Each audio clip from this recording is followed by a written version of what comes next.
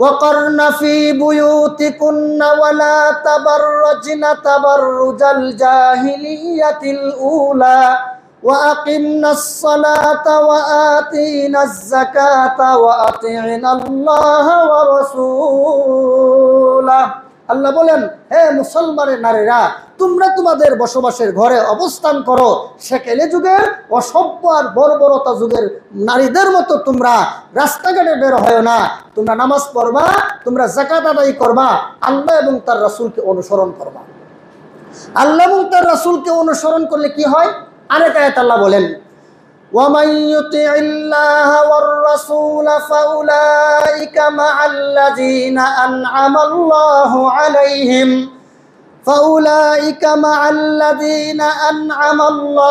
عَلَيْهِم مِّنَ النَّبِيِّينَ وَالصِّدِّيقِينَ وَالشُّهَدَاءِ وَالصَّالِحِينَ।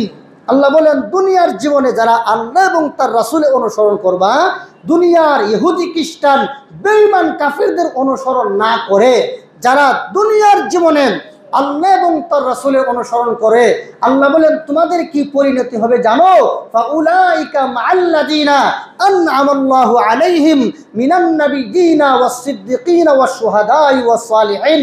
কাল হাসরের ময়দানে আমি আল্লাহ তোমাদেরকে নবীদের সাথে, শহীদগণের সাথে, সিদ্দিকগণের সাথে, সালেহগণের সাথে আমি আল্লাহ তোমাদের হাসর করাবো।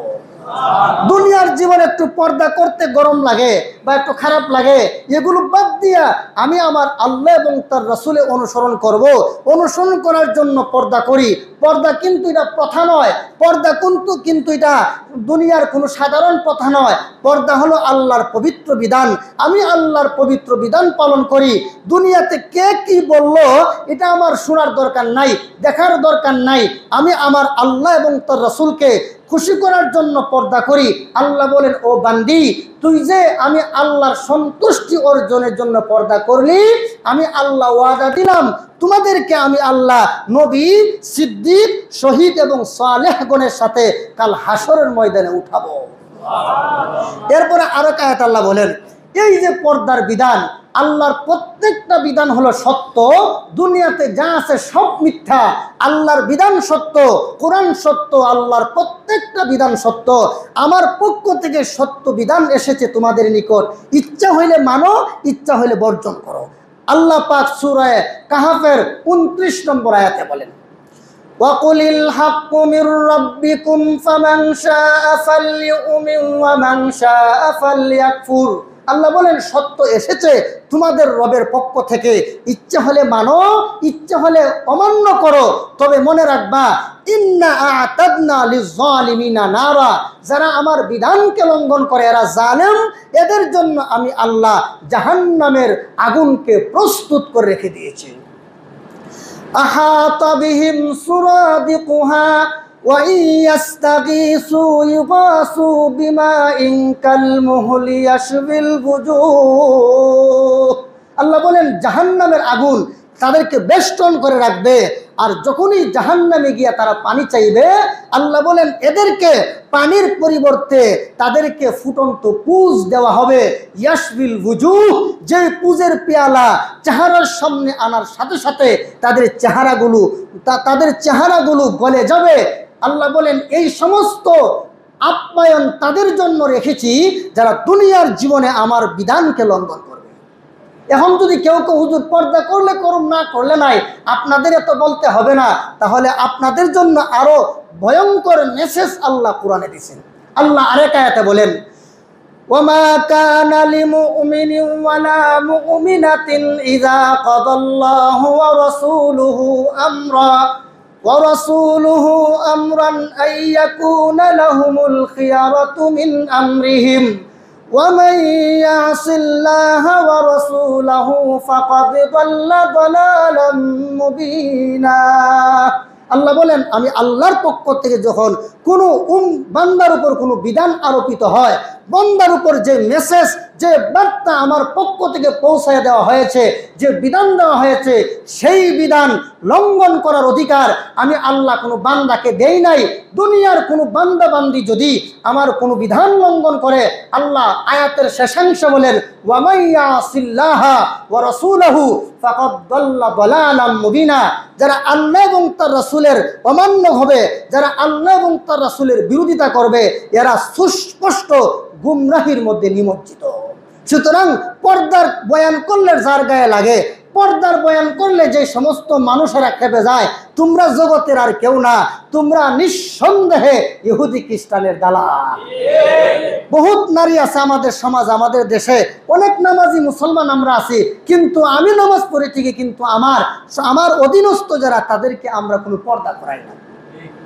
তো যারা পর্দা করে না, বেপর্দা হয়ে চলে, এই সমস্ত নারীদের ব্যাপারে সহিহ মুসলিম শরীফের 5704 নম্বর একটা হাদিস, মাআযাল্লাহ, আল্লাহর কাছে আশ্রয় চাই।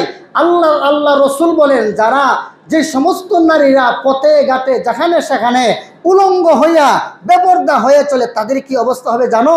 হযরত আবু হুরায়রা রাদিয়াল্লাহু তাআলা আনহু থেকে হাদিস বর্ণিত, হাদিস সহিহ মুসলিম শরীফের 5704 নম্বর হাদিস। আল্লাহর নবী বলেন, সিনফান মিন আহলিন নারি লাম আরহুমা কওমুম মাআহুম সিয়াতুন কাযনাবিল বাকর ইয়াদরিবুনা বিহান নাস ওয়া নিসাউন কাসিয়াতুন আরিয়াতুন মুমিলাতুন মাইলাতুন রুউসুহুন্না কাসনিমাতিল বুখতিল মাইলা ওয়ালা ইয়াদখুলনাল জান্নাতা ওয়ালা ইয়াজিদনা রিহাহা ওয়া ইন্না রিহাহা লাতুজাদু ফি মাসিরাতিন কাযা ওয়া কাযা।